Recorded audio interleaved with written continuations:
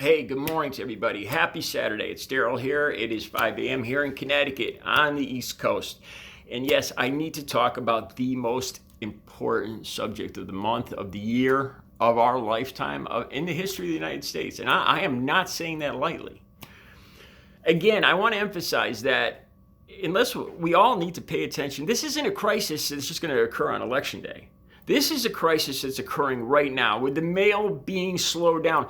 Trump has actually come out and said that he refused to fund the post office in the effort to stop mail-in ballots, in an effort to steal the election. This is going on right now with his supporters going to polling places like in Virginia and blocking and intimidating voters going in to vote. Now, this is a big story. I believe this is going to be a big story today. Supposedly, in Pennsylvania, 9 votes were thrown out. 9 Trump votes were thrown out. Now, I still do not, I will not verify the veracity of these claims. I have my doubts that this even happened.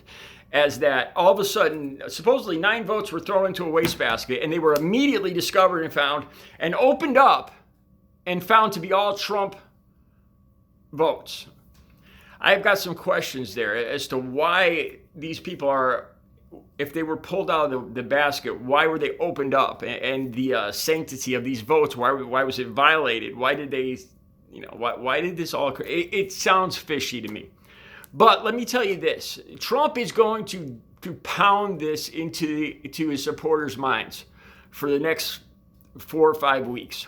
You guys are going to hear about this. These 9 votes, supposedly they were thrown out, supposedly by a temporary worker taking in votes, handling the votes, the mail-in ballots, and supposedly they ended up in a waste paper basket. They were recovered, and they were all for Trump. Mysteriously, miraculously, every one of them was for Trump. And Trump is going to use this. Now, picture on Election Day. Picture Biden is at the end of election night, after all the voting is done. Picture that Biden is up by a significant amount. You know that Trump is going to bring up these ballots, these 9 ballots that were supposedly thrown in a waste paper basket, and he's going to, in his fullest attempt, try to throw out all mail-in ballots. If he wins, on the other hand, I think it's just going to go by the wayside. But I guarantee you that you're going to hear about these 9 ballots that ended up in a waste paper basket. Now, whether this is true or not, I have no idea. Why they were opened up and the votes were, and somebody's personal votes were reviewed, I have no idea either. This is an effort that's occurring right now between Attorney General Barr, between Trump, to lay the groundwork. It's already in motion. It's not a crisis that's going to happen. It is happening right now. You guys have to watch the video I have on the community page. Bernie Sanders sums this up perfectly, and I am so glad that Bernie Sanders realizes the threat that's going on right now. Now, just last night in a rally, I can't remember where it was. It was in Florida. It was in Atlanta. Again, last night, Trump talked about 12 more years. And then he went on to say, the media freaks out every time I say that. And then he goes on to say, and the media cuts out where everybody laughs and to make it sound like I'm serious. He is serious. And he's been doing this the whole time. Look back at 2016. He won the election, supposedly. He won.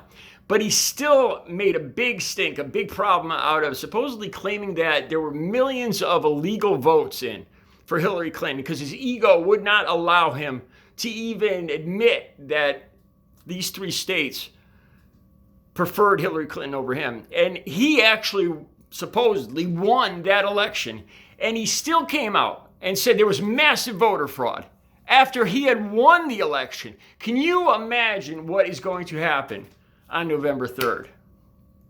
I'm glad Bernie Sanders is taking this seriously.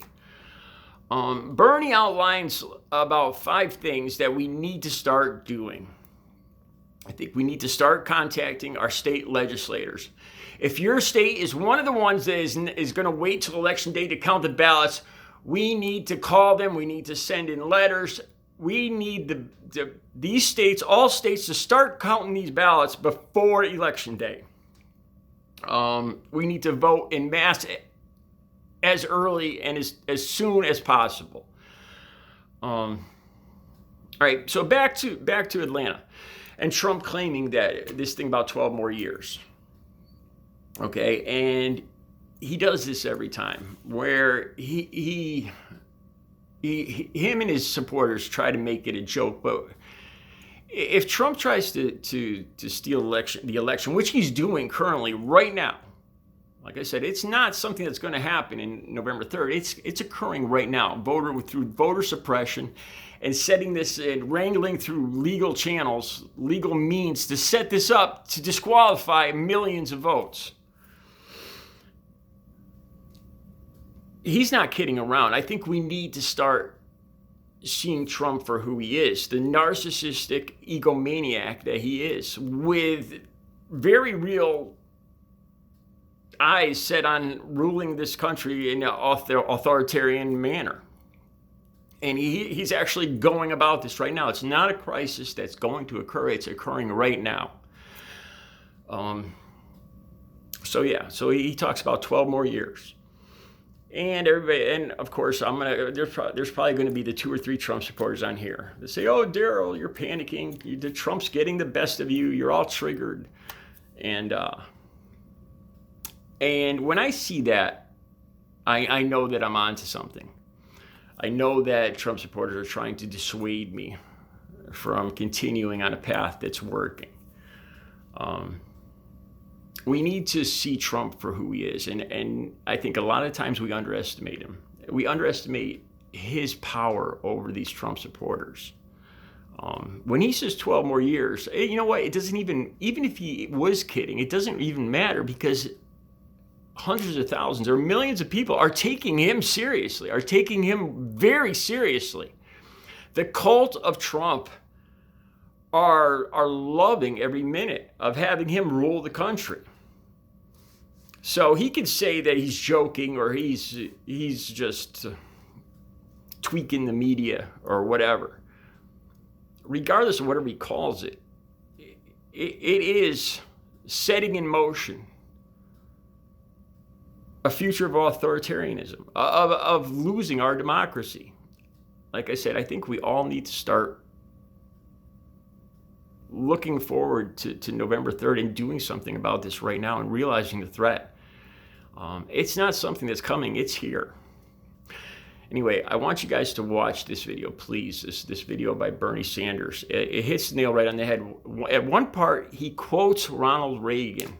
Yes, Bernie Sanders quotes Ronald Reagan about how we are blessed with the peaceful transition of power in this country, and how we don't realize that the rest of the world is not so lucky with this, to have this beautiful thing that we've had for 244 years, the peaceful transition of power.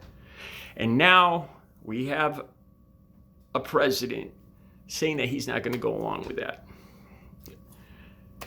We got to take this very seriously, and it's not a crisis that's coming, it's here. All right, I'll be back later with another video. Please watch the Bernie Sanders video on my community page.